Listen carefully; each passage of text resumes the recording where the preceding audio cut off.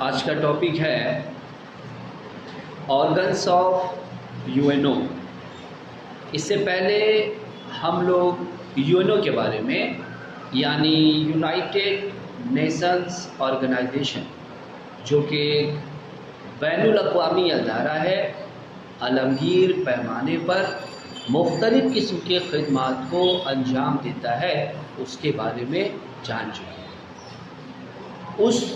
ये अदारा जो है अपना तमाम काम कुछ महकमों के ज़रिया अंजाम देता है जो ऑर्गन्स ऑफ यूएनओ कहलाते हैं, और वो हैं जनरल असेंबली,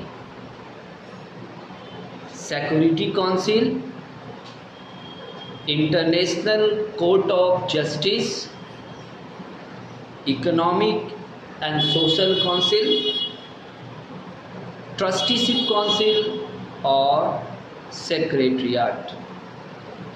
इन तमाम महकमों से मुख्तलिफ़ किस्म के मल्टीपल चॉइस क्वेश्चंस और ऑब्जेक्टिव क्वेश्चंस पूछे जाते हैं, इसलिए इनकी बनावट और इनकी ज़िम्मेदारियों के बारे में जान लेना भी ज़रूरी है। सबसे पहले हम लोग जनरल असेंबली की बात करते हैं। जैसा कि इसके नाम से ही जाहिर हो जाता है, आम जमात। और ये जनरल असेंबली जो है ये conference of the world countries भी कहलाता है। यूएनओ के जो भी मेंबर्स होते हैं वो दरअसल जनरल असेंबली से ही जुड़े होते हैं। अब तक इसके मेंबरों की तादाद 192 है और हर ममालिक अपने तमाम नुमाइंदे को जनरल असेंबली में ही भेजता है। वो ज़्यादा से ज़्यादा 5 मेंबरों को भेज सकता है, लेकिन वोट देने का इख्तियार सिर्फ एक को ही होगा।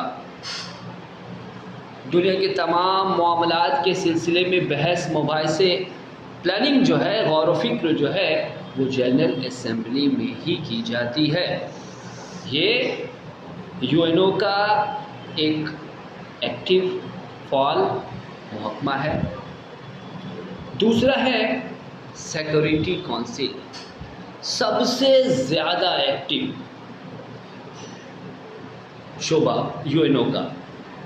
इसके कुल 15 मेंबरान होते हैं, जिसमें 5 परमानेंट यानी कि मुस्तकिल और 10 नॉन परमानेंट यानी कि गैर मुस्तकिल मेंबर होते हैं। 5 मुस्तकिल मेंबर, इसके बारे में आपको पहले ही बता चुके हैं। 5 बिग पावर्स ऑफ यूएनओ, वही सिक्योरिटी काउंसिल के 5 मुस्तकिल मेंबर हैं। बरतानिया, अमेरिका, फ्रांस, चीन और रूस। इन्हीं 5 मुस्तकिल मेंबरों को एक ख़ास किस्म के इख्तियार से नवाजा गया है, जिसे वीटो पावर कहते हैं। वीटो पावर एक ऐसे इख्तियार का नाम है कि अगर यूएनओ के तमाम मेंबरान किसी ख़ास मौजू पर इत्तेफाक राय हो जाए, लेकिन कोई भी परमानेंट मेंबर से अगर इस पावर का मुखालफत में इस्तेमाल करता है, तो फिर वो तमाम प्लानिंग्स या फ़ैसला जो है वो नाकाम रह जाता है। इस महकमे का जो सबसे बड़ा काम है वो है वर्ल्ड पीस को मेंटेन करना, यानी आलमी अमन व सलामती कायम रखना, दुनिया को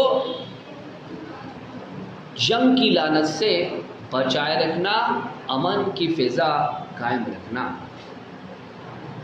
तीसरा, इंटरनेशनल कोर्ट ऑफ जस्टिस, जिसका सदर दफ्तर नेदरलैंड की हॉग में कायम है। और इसमें कुल 15 जज होते हैं।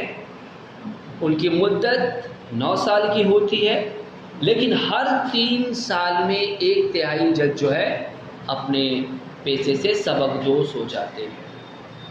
इस अदालत का सबसे अहम काम है कि जो सरहदी तनाज़े होते हैं,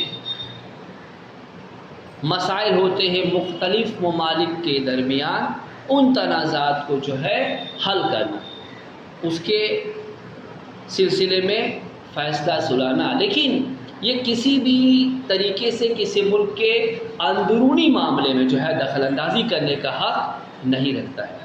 और सबसे बड़ी बात यह है कि इस कोर्ट के ज़रिया जब कोई फ़ैसला सुना दिया जाता है तो उसके ख़िलाफ़ आप कहीं भी अपील नहीं कर सकते। चौथा organ economic and social council, जिसके मेंबरों की तादाद कुछ 54 है, और इस अदारे का काम है कि ये आलमी अमन को कायम करने में, वर्ल्ड पीस एंड सिक्योरिटी को कायम करने में, जहाँ कहीं भी कोई दुश्वारी हो रही है, कोई मुश्किल हो रही है, उसको दूर करना है और सारी दुनिया के इंसानों की समाजी और मासी फलाह बहबूद के सिलसिले में इक़दाम करना है।